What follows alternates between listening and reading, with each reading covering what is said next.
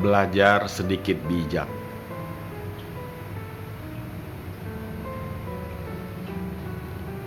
Kekotoran batin oleh Dr. Mem Tin Mon.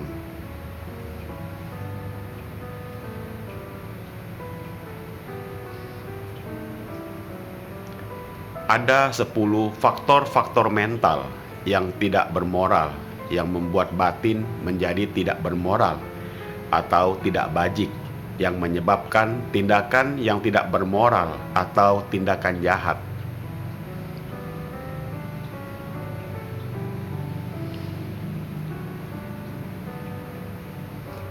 Mereka mencemari, merendahkan, mempengaruhi, dan membakar batin, sehingga menyebabkan penderitaan yang tak terhitung banyaknya.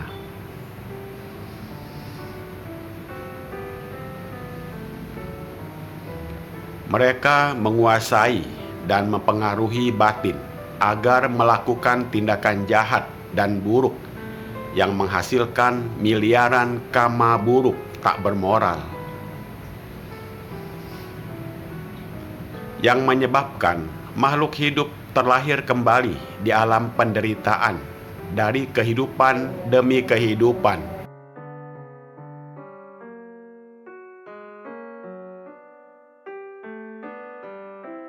Kita harus mengetahui musuh kita dan berusaha untuk menundukkan mereka agar tidak muncul di dalam batin kita.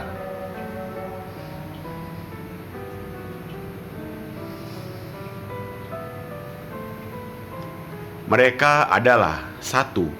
Loba atau tanha raga, keserakahan, nafsu keinginan, kemelekatan. Ia mendambakan uang, kekayaan, kekuasaan, ketenaran, kesenangan indria, makan enak, barang-barang mewah, dan sebagainya.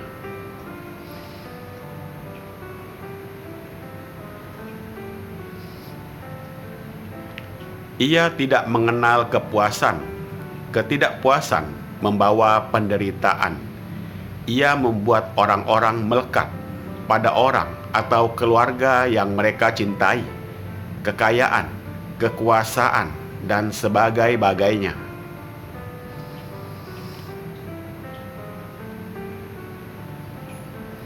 Ketika orang-orang yang kehilangan mungkin saja bisa melakukan tindakan bunuh diri, ini adalah sebab utama dari penderitaan.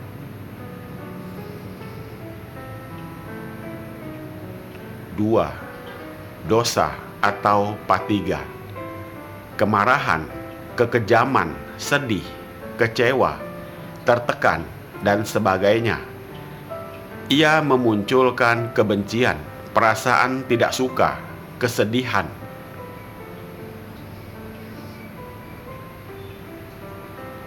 Penderitaan, peratapan, putus asa, rasa sakit mental, tekanan mental dan ketegangan, dan membawa banyak penyakit lainnya.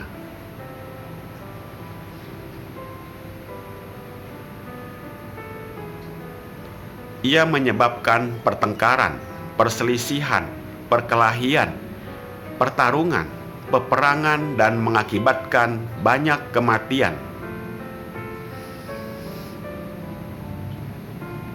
3. Moha atau afijah, ketidaktahuan, delusi. Ia dapat membutakan batin sehingga kita tidak lagi mengetahui sifat sesungguhnya dari objek-objek indria. Kita tidak mengetahui bahwa kita sesungguhnya terbentuk dari materialistis sejati dan mentalitas sejati, atau kesadaran dan faktor-faktor mental yang tanpa bentuk, tidak berwujud.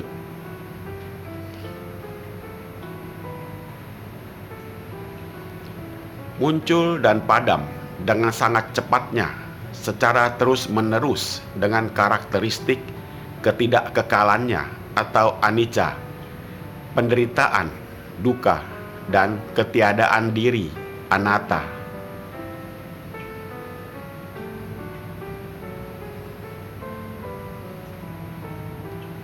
Ia membuat kita tersesat dalam hayalan sehingga menganggap bahwa kita adalah abadi, hidup terus bahagia dan mementingkan diri sendiri atau personal, serta tampan atau cantik selamanya.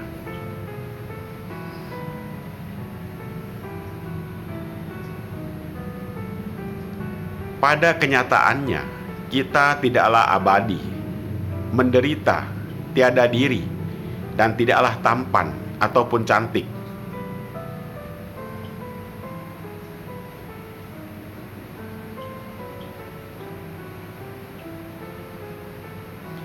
Ia memperdaya atau menipu kita, menganggap kesenangan indera itu sangat menyenangkan dan memikat kita untuk selalu dapat menikmati kesenangan indera itu sebanyak-banyaknya.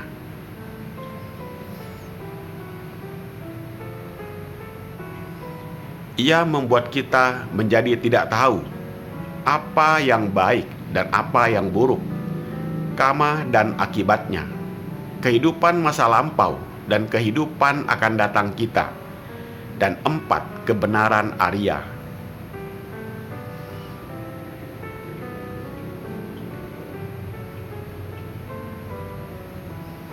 4. Mana, kesombongan, kecongkakan. Ia membuat kita menjadi sombong, congkak, dan angkuh.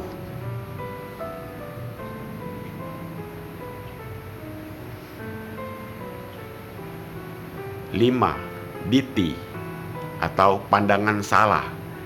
Pandangan salah yang paling mendasar yakni keyakinan akan diri, mengira bahwa aku itu ada, keluarga aku itu ada, keluarga aku, saya itu ada, makhluk ini dan itu ada, dan sebagainya.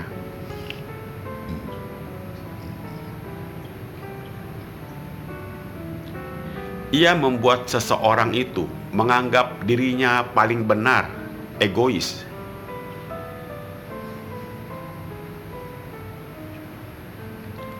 6. Wicikica atau keraguan-raguan terhadap Buddha, Dhamma, dan Sangha. Karena ia tidak tahu akan sifat-sifat mulianya, ia membuat kita dipenuhi dengan keraguan-raguan tentang karma dan akibat-akibatnya.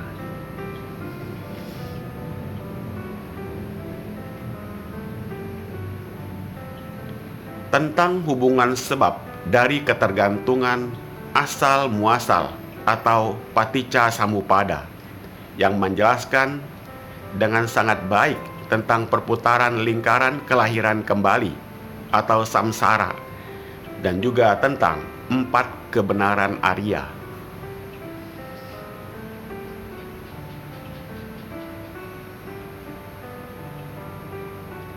7. Tina atau kemalasan dan kelambanan. Ia membuat kita menjadi malas dan lamban, tidak aktif.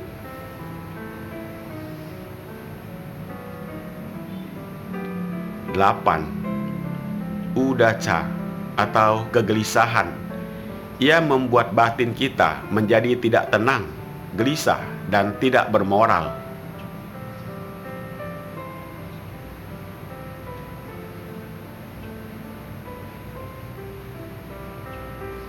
9. Ahirika atau moral tidak tahu malu, tidak merasa malu melakukan tindakan jahat karena ia tidak tahu tentang hukum karma atau hukum sebab akibatnya.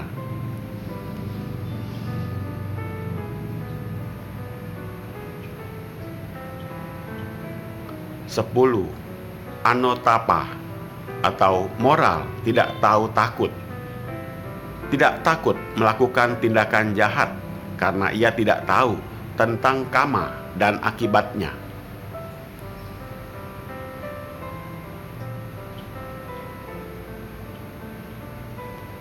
Kekotoran batin muncul di dalam batin dalam 3 tingkatan lapisan.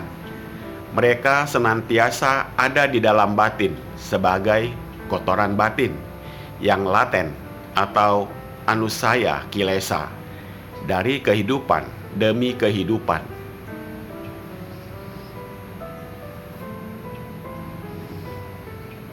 Dan siap untuk muncul dari kehidupan demi kehidupan, dan siap untuk muncul dari dalam batin sebagai kotoran batin yang moderat atau pariyutana kilesa. Ketika kita berhadapan dengan beragam objek indria,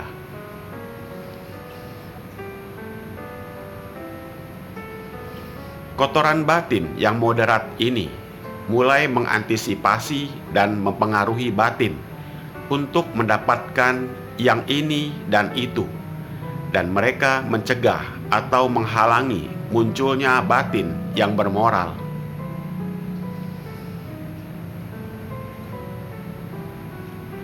Jana dan maga. Jadi, mereka disebut sebagai rintangan batin atau niwarana.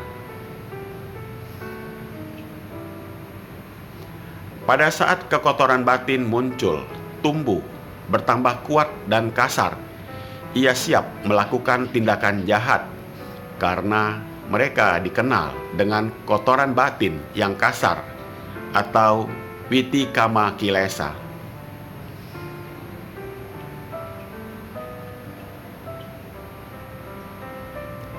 Jadi, kotoran batin tumbuh dan berkembang di dalam batin kita bagaikan pohon kilesa raksasa selama berkalpa-kalpa.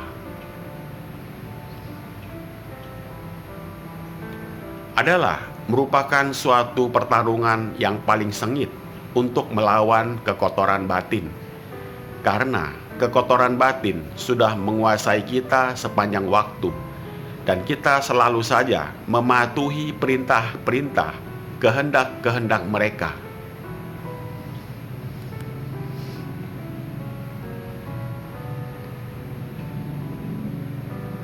Tetapi Sang Buddha menunjukkan jalan bagaimana untuk melawan dan menaklukkan mereka secara damai melalui jalan Arya berunsur 8, penghancuran kotoran batin secara sistematis.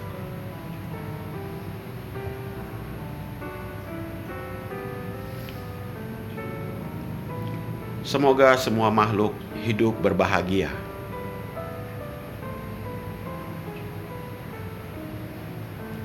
Semoga bermanfaat.